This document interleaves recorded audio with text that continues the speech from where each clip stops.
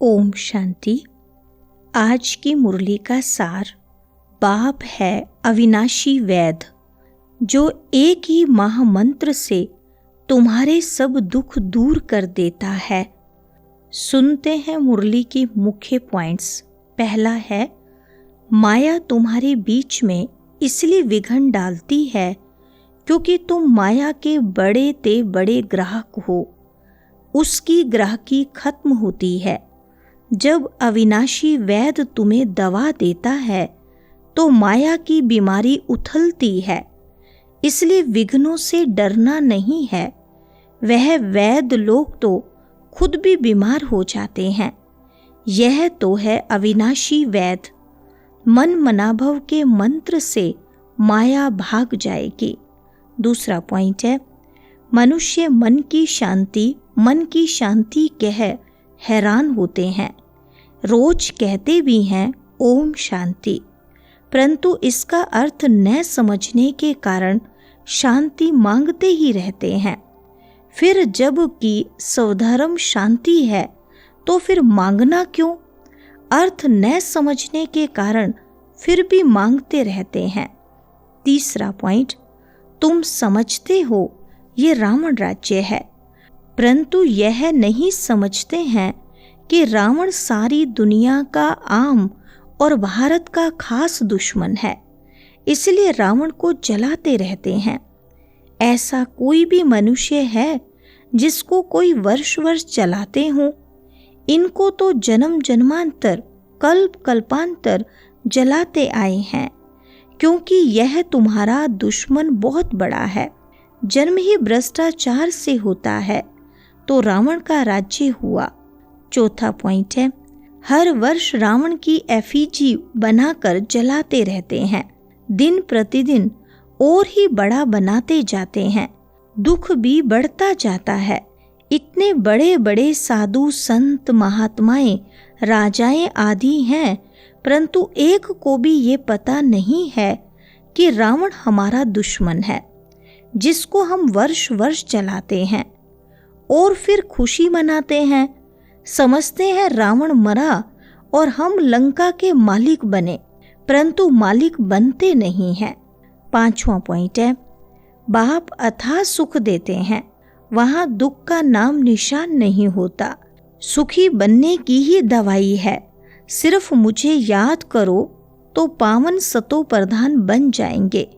सब दुख दूर हो जाएंगे, फिर सुख ही सुख होगा। गाया भी जाता है, बाप दुख हरता सुख करता है। आधा कल्प के लिए तुम्हारे सब दुख दूर हो जाते हैं। छठा पॉइंट है, भक्ति मार्ग में ऐसे बहुत हैं, कोई ना कोई मंत्र राम नाम जपते रहते हैं। उनको गुरु का मंत्र मिला हुआ है। इतनी बार तुमको रोज जपना है। उनको कहते हैं राम के नाम की माला जपना। इसको ही राम नाम का दान कहते हैं। ऐसी बहुत संस्थाएं बनी हुई हैं। राम राम जपते रहेंगे तो झगड़ा आदि कोई करेंगे नहीं, बिजी रहेंगे। कोई कुछ कहेगा तो भी रेस्पॉन्स नहीं देंगे। भक्ति मार्ग में यह सब सिमरन करते पूजा करते तुम सीढ़ी नीचे ही उतरते आए हो, क्योंकि वह सब है अनराइटियस। सातवां पॉइंट है, यह लक्ष्मी नारायण विश्व के मालिक कितने हर्षित मुख हैं। ऐसा बनना है। बेहद के बाप को याद कर अंदर में खुशी होती है। फिर से हम विश्व का मालिक बनेंगे। ये आत्मा की खुशी के संस्कार ही फिर साथ चलेंगे। फिर थोड़ा थोड़ा कम होता जाएगा। इस समय माया तुमको बहुत हैरान करेगी। माया कोशिश करेगी तुम्हारी याद को भुलाने की। सदैव ऐसे हर्षित मुख रह नहीं सकेंगे। आठवां पॉइंट है, शिव जयंती भी भारत में ही होती है। रावण जयंती भी भारत में ही होती है। आधा कल्प है दैवी दुनिया, लक्ष्मी नारायण, राम सीता का राज्य होता है। अभी तुम बच्चे सबकी बायोग्राफी को जानते हो। महिमा सारी तुम्हारी है। नवरात्रि पर पूजा आदि सब तुम्हारी होती है, तुम ही स्थापना करते हो। श्रीमत पर चल, तुम विश्व को चेंज करते हो, तो श्रीमत पर पूरा चलना चाहिए ना। 9वां पॉइंट है, हूबहू कल्प कल्प जिन्होंने जो पद पाया है वही पाएंगे। सब एक जैसा पद नहीं पा सकते हैं। ऊंचते ऊंच पद पाने वाले भी हैं, तो कम से कम पद पाने वाले भी हैं। जो अनन्य बच्चे हैं वह आगे चलकर बहुत फील करेंगे। यह साहूकारों की दासी बनेगी, यह राजाई घराने की दासी बनेगी।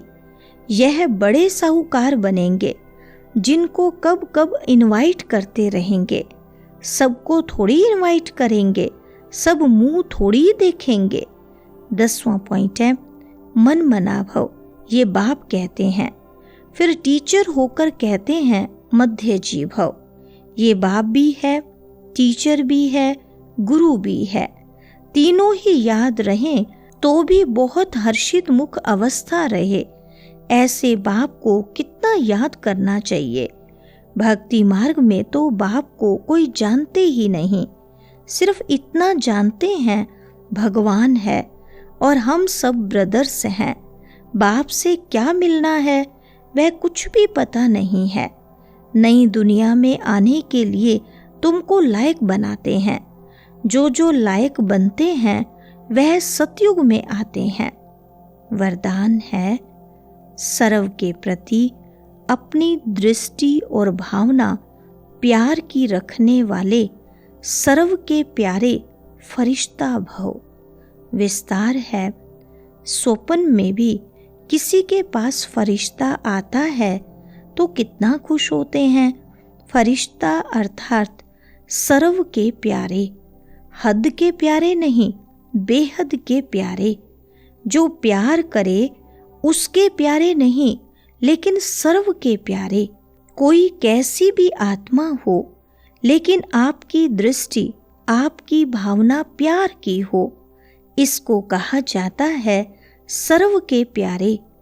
कोई इंसल्ट करे, घृणा करे, तो भी उसके प्रति प्यार व कल्याण की भावना उत्पन्न हो, क्योंकि उस समय वह परवश है। स्लोगन है, जो सर्व प्राप्तियों से संपन्न है वही सदा हर्षित, सदा सुखी और खुश नसीब हैं। अच्छा, ओम शांति।